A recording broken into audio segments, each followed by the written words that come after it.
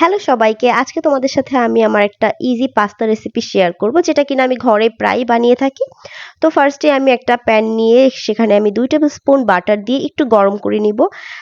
এর মাঝখানে আমি কিউব কিউব করে রাখা সসেস, চিকেন, তারপরে মিটবল, এগুলো সব একসাথে দিয়ে আমি কিছুক্ষণ নেড়ে নিব। তার মাঝখানে এখানে অ্যাড করে দিচ্ছি আমি একটু রসুন কুচি 1 টেবিল স্পুনের মতো।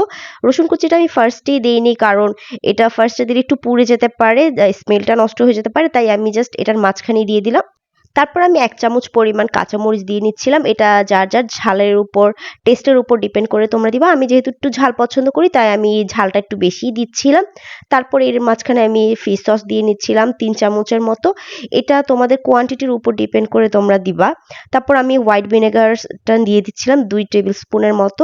এটা দিলে স্বাদটা আসলে অন্যরকম হয়, তোমরা একবার ট্রাই করে দেখতে পারো। তারপর আমি চিলি সস 1 চামচের মতো দিয়ে দিচ্ছিলাম। এটা স্বাদ অনুযায়ী যার যার বলেছিলাম আগেই ঝালের উপর ডিপেন্ড করে। তারপর আমি সয়া সস দিচ্ছিলাম 2 চামচের মতো। সবগুলো সস দিয়ে আমি জাস্ট একটু নেড়ে দিচ্ছিলাম, কারণ নিচে লেগে যেতে পারে তাই। এরপর আমি কিছু কর্ন অ্যাড করছিলাম, যেগুলো ক্যানে ফ্রোজেন অবস্থায় পাওয়া যায়, সেগুলো আমি দিচ্ছিলাম। আর আমার পাস্তার মধ্যে একটু টপিংস বলো, এগুলো আমার খুব পছন্দ। তারপর আমি একটু ডার্ক সয়া সস দিচ্ছিলাম জাস্ট একটু কালারের জন্য, আর কিছুই না। তাই এখানে হাফ টেবিল স্পুনের মতো আমি ডার্ক সয়া সস দিচ্ছিলাম। এরপর টমেটো সস, এটা একটু বেশি পরিমাণের দরকার হয়, কারণ এটার মেইনই হলো টমেটো সসটা। ইনস্ট্যান্ট রান্না করার কারণে আমি কোনো টমেটো পিউরি করতে পারিনি, তাই আমি একটু টমেটো সসের পরিমাণটা একটু বাড়িয়ে দিচ্ছিলাম। এর মাঝখানে আমি একটু হাফ কাপের মতো একটু পানি দিয়ে জাস্ট একটু সিদ্ধ করে নিচ্ছিলাম সবগুলো, এবং সসটা যাতে একটু গ্রেভি হয় সেজন্য আমি একটু পানি দিয়ে নিচ্ছিলাম।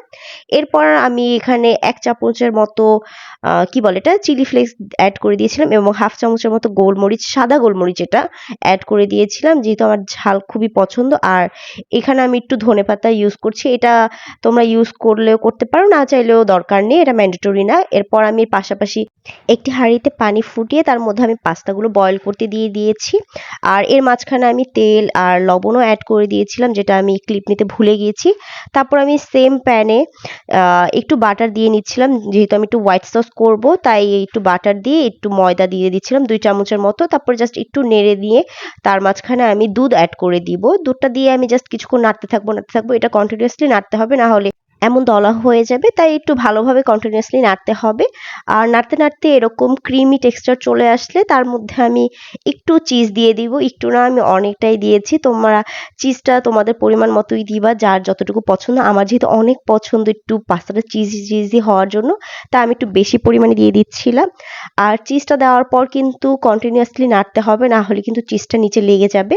তার মধ্যে আমি জাস্ট একটু লবণ আর গোলমরিচটা দিয়ে আবার কিছুক্ষণ নেড়ে নিব। আর তারপর আমি এর মাঝখানে যতগুলো টপিংস আমি আগে করে রেখেছিলাম, সস দিয়ে গ্রেভিটা তৈরি করেছিলাম, ওগুলো আমি জাস্ট সবগুলো একসাথে দিয়ে একটু কিছুক্ষণ মিক্স করে নেব। এটা ভালোভাবে মিক্স করতে হবে, যাতে কোনো জায়গায় কম বেশি না হয়ে থাকে, আর গ্রেভিটা যাতে একদম সুন্দরভাবে হয়। তারপর আমি জাস্ট পাস্তাগুলো অ্যাড করে কিছুক্ষণ নাড়াচাড়া করলেই আমার একদম চিজি পাস্তা রেডি। আর তোমরা একবার হলেও এই পাস্তাটা এভাবে তৈরি করে দেখো, এটা খুবই মজাদার আর খুবই টেস্টি হয়।